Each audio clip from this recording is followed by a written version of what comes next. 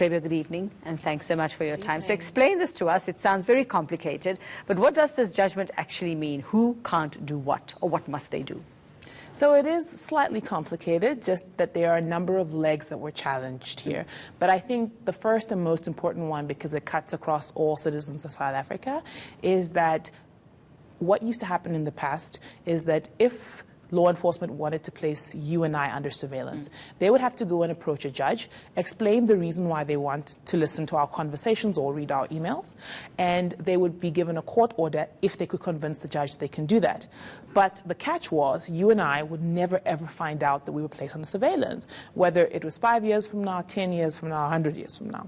And the most important, I think, for ordinary citizens thing that has come out of this judgment is that that can't happen anymore in terms of the permanent secrecy surrounding the fact that you were placed under surveillance. And I think that's really important because of transparency and accountability. One may ask, well, what's the point of being told after the fact, right? I want to know now that they're listening to me so that I can decide what I don't say on the phone. But the challenge with that, and this is where the court tried to strike the right balance, is that you can't be told in advance because it will defeat the purpose of placing you under surveillance. Especially if it's a criminal, a suspect. Absolutely, absolutely. And so what will happen from now on, from today onwards, is that the court has said this part of Rica is unconstitutional.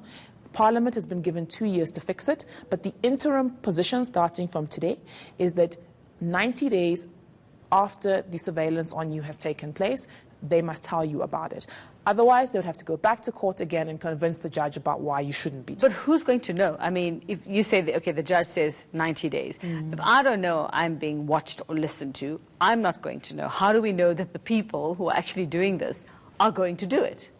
Well, who's going to be checking? Do you know what I mean? It's just... Of course, and I mean that is quite a cynical take on it, but not unjustifiably so, given some of the non-compliance that we've seen in the past. I mean, the reason why this case happened in the first place is because journalists were being placed under surveillance under highly questionable circumstances. So I guess the short answer to your question is that we won't know. We won't know if the law is broken, but ultimately we might find out, right? And that's exactly what happened in this case, that the Samsol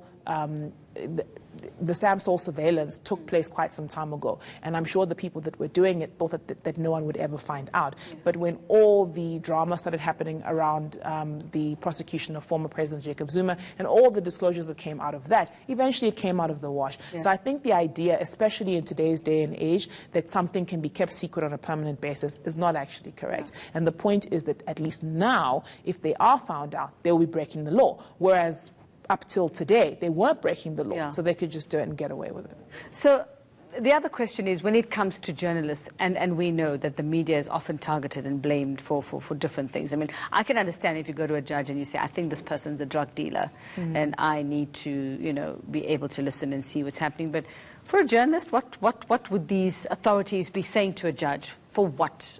You know what I mean? As being in the industry, I would like to know, especially, what possible reason would you have? Because journalism, you have sources, you have people who tell you things, and you work from there, I would imagine, for the greater good of the country. Absolutely. So this is another one of the important things that's come out of the judgment today.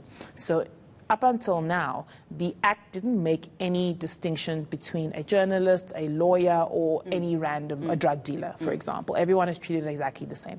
But the argument that was made in court was that there are certain categories of people, and specifically lawyers and journalists, who the law already has a certain level of protection around the communications we have. Because if you decide to phone me as your attorney and we have a conversation about legal advice that you need, it's already a recognized principle in our law that that's not information that can be taken and just listened to and used in court without certain procedures being followed. And so by the same token, the spooks shouldn't be listening into that conversation. And similarly with journalists, there's a recognition of the fact that media freedom covers the right to protect your confidential sources. And that's one of the really important things in this judgment, reaffirming once again that journalism and the protection for journalism in our Constitution, media freedom, includes protecting your sources. Otherwise, what is the point? No one's going to phone you and say, hey, I work for the Guptas and this is what they did, if they think that the people they're trying to out are actually listening to you. So the court has confirmed that that is protected. And what it has done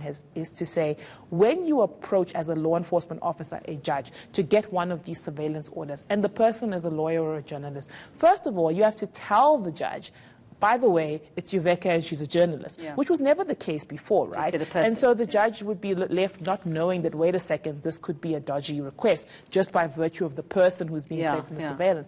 Secondly, the court would then have to look at what is the justification for why this person is being placed in surveillance. And the court made it very clear that it should be an exceptional case, actually, where your communication should be compromised as a journalist because of the nature of the role that journalists play in our democracy. Not just because, journalists are special. That's not the issue. The issue is that journalists are playing a particular role that serves the broader public interest, not their personal interest. Anything in recent years, Exactly. We just have to cross our fingers that the judge who's listening to this and the people who do this are actually honest and ethical people. I mean, nothing untoward about the judiciary. I mean, so far they've been, we know we have sterling people sitting up there, but you just have to hope that because you're not going to know and be there to defend yourself, you can only do it after the fact, that somebody is going to do the right thing when the time comes. Thanks very much for that. It is indeed scary but fascinating at the same time.